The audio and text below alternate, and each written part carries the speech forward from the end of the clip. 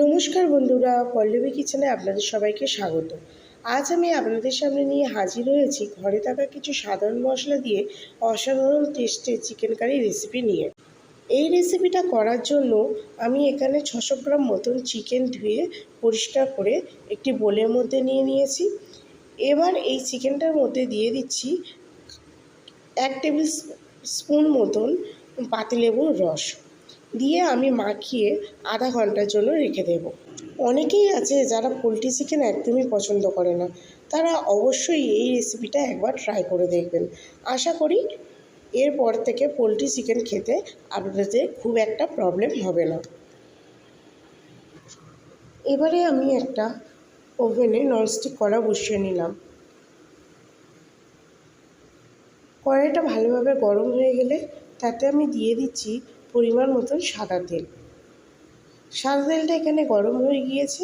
এবার আমি এর মধ্যে দিয়ে দেবো একে একে আলুগুলোকে। আলুগুলো আমি ভালো করে নুন আর হলুদ দিয়ে ব্রাউন কালার করে ভেজে তুলে নেব একটি পাত্রের মধ্যে। আলুগুলো ভাজা হয়ে গিয়েছে। এবার একটি পাত্রের মধ্যে আমি এই আলুগুলোকে তুলে নিচ্ছি একে একে। দেখুন বন্ধুরা, এবারে আমি চলে এলাম চিকেনের কাছে। চিকেনটা আমি লেবু মাখিয়ে রেখেছিলাম, তাই একবার ভালোভাবে ফ্রেশভাবে ধুয়ে পরিষ্কার করে নিলাম, নইলে তরকারি টক হতে পারে।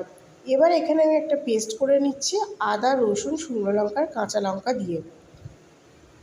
মিক্সিতে আমি ভালোভাবে পেস্টটা তৈরি করে নিয়েছি।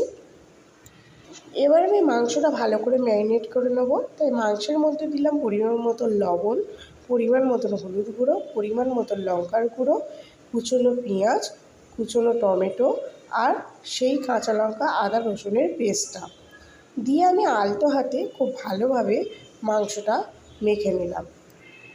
মাংসের গায়ে আমি মশলাগুলো ভালোভাবে মেখে নিয়েছি। এবার এর মধ্যে দিয়ে দেবো পরিমাণ মতন সর্ষের তেল দিয়ে আমি আবার চিকেনটাকে ভালোভাবে মেখে নেব। নিয়ে আমি বেশ কিছুক্ষণ রেখে দেবো চিকেনটাকে। ততক্ষণে কড়াইয়ে আমি ফোড়নের জন্য দিয়ে দিচ্ছি একটা তেজপাতা চিড়ে, 3টে এলাচ আর 2টো দারুচিনি ফোড়নের জন্য।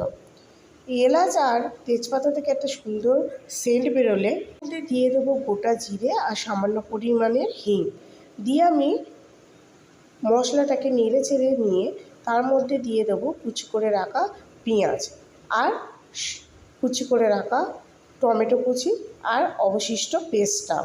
যেহেতু আমি মাংসের মধ্যে কুচনো পেঁয়াজ আর পেস্ট দিয়ে মেখে রেখেছি, তাই আমি কষানোর সময় পেঁয়াজ আর পেস্টের পরিমাণটা কম দিলাম। এবারে আমি দিয়ে দিলাম ম্যারিনেট করে রাখা চিকেনগুলোকে দিয়ে আমি বেশ কিছুক্ষণ ধরে হাতে সময় নিয়ে মাংসটাকে ভালোভাবে কষবো।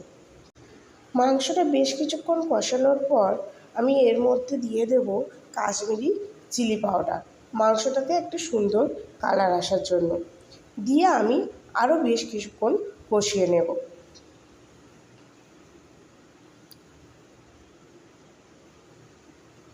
বেশ কিছুক্ষণ কষানোর পর আমি দিয়ে দেবো এর মধ্যে আগে থেকে ভেজে রাখা আলুগুলো।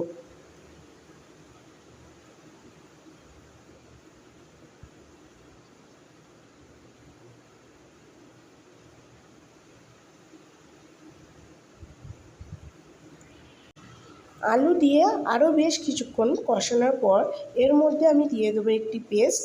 এই পেস্টটা আমি দারুচিনি, লবঙ্গ, এলাচ, জায়ফল, জয়িত্রী আর গোলমরিচ দিয়ে করে রেখেছিলাম।